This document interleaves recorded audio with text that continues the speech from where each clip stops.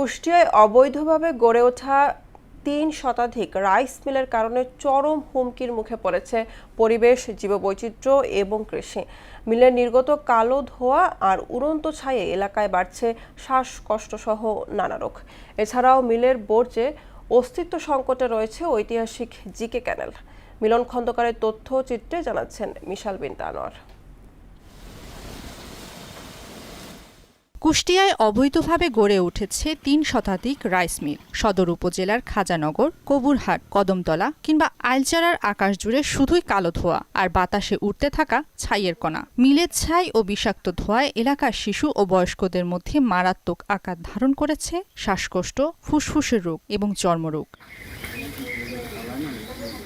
এসব রাইস মিলের বর্জ্য গিয়ে পড়ছে জিকে ক্যানেলে। এতে মারাত্মক হুমকিতে পড়েছে কৃষিনির্ভর অর্থনীতি। বিষাক্ত পানি সেচের কাজে ব্যবহার করায় কমছে ধান ও অন্যান্য ফসলের উৎপাদন। স্থানীয়দের অভিযোগ, বারবার পরিবেশ অধিদপ্তরে জানিয়েও মিলছে না প্রতিকার। ছায়ের অতিষ্ঠে জনগণ আর বসবাসের অনুপযোগ্য হয়ে পড়ছে। ভাত রান্না করে থুইতে পারি না, তরকারি ধুয়ে থুইতে পারি না, ঘর ঝাড়ু দিয়ে আমরা বাড়িতে বাড়াইতে পারি না। বর্জ্য তাদের এই যে গাছ এগুলো সম্পূর্ণ এই ক্যানাল দেওয়া বাসা দিচ্ছে। ছায়ের কারণে বাচ্চারা চোখ মেলতে পারছে না, ঠান্ডার সমস্যা হয়ে যাচ্ছে, অ্যালার্জির সমস্যা হচ্ছে। রাত্রি তার মুখের ক্লিপটা ছেড়ে দিচ্ছে আর ছাই যা পরিমাণ বেরোন দরকার সব ওই দিক দিয়ে বের করে দিচ্ছে। সরকারিভাবে ইনস্ট্রাকশন আছে, বাট এটা ইমপ্লিমেন্ট নাই। পরিবেশ অধিদপ্তর থেকে যে লাইসেন্স প্রাপ্ত হয়েছে প্রতিষ্ঠানগুলি, এই লাইসেন্সের নিয়ম কানুনগুলি, অনুশাসনগুলি প্রত্যেকটা মেল মালিক মেনে চলুক।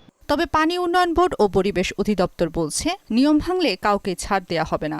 যে পরিমাণ বজ্র এইগুলোতে আসে, মিলগুলোতে আসে, সেই বিষয়ে আমি তাদেরকে পত্র প্রেরণ করছি যে এই ধরনের বজ্র ফেলে যদি খালের এই ধরনের বন্ধ করা হয় তাহলে তাদের বিরুদ্ধে আইনগত ব্যবস্থা গ্রহণ করা হবে। 50টির মতো ছাড়পত্র রয়েছে এবং 10টির মতো প্রতিষ্ঠানে কোনো ছাড়পত্র নেই। এদের মধ্যে যে প্রতিষ্ঠানগুলো দূষণ করছে এবং করার উপক্রম হয়েছে সেই প্রতিষ্ঠানগুলোর বিরুদ্ধে আমরা ব্যবস্থা গ্রহণ করেছি।